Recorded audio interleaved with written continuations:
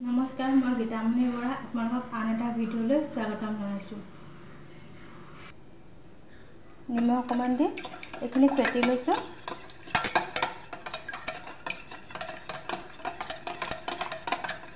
আনফালে মই ইয়াত যোগাৰ কৰি লৈছিলোঁ সৰু সৰুকৈ কাটি লোৱা আলু, আদা, নহৰু, পিঁয়াজ, কেঁচা জলকীয়া আৰু বিলাহী। আনফালে মই এতিয়া গেছটো জ্বলাই কেৰাহীখন পাতি দিলোঁ। পাতি ইয়াত কেৰাহীখন গৰম। এতিয়া তেলখিনি গৰম হোৱাত মই পিঁয়াজখিনি ইয়াতে দি দিম। তেলতে অলপ লৰাই দিম।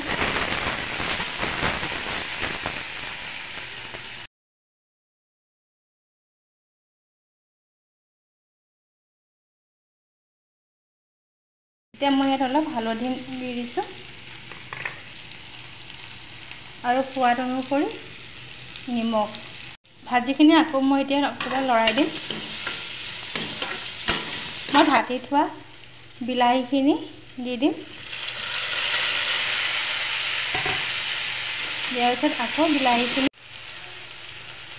কেৰাহীত ডিমটো ভাপত হ'বৰ কাৰণে দি থৈছিলোঁ।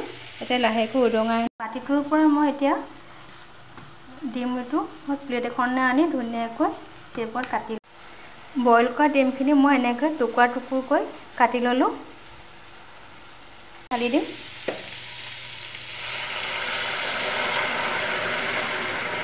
আঞ্জাখিনি মই আকৌ এবাৰ লৰাই দিম। পুহি গৈছে, মই ইয়াত অলপ পানী দি দিম ভালকৈ আকৌ সিজিবৰ বাবে। ডিমৰ ৰেচিপিটো মোৰ হৈ গ'ল। চাওঁ, খাবলৈ সোৱাদ হৈছে, নিমখখিনিও জোখমতে হৈছে। আপোনালোকেও এনেকৈ বনাই চাবচোন, মোৰ দৰে কেনেকুৱা লাগে।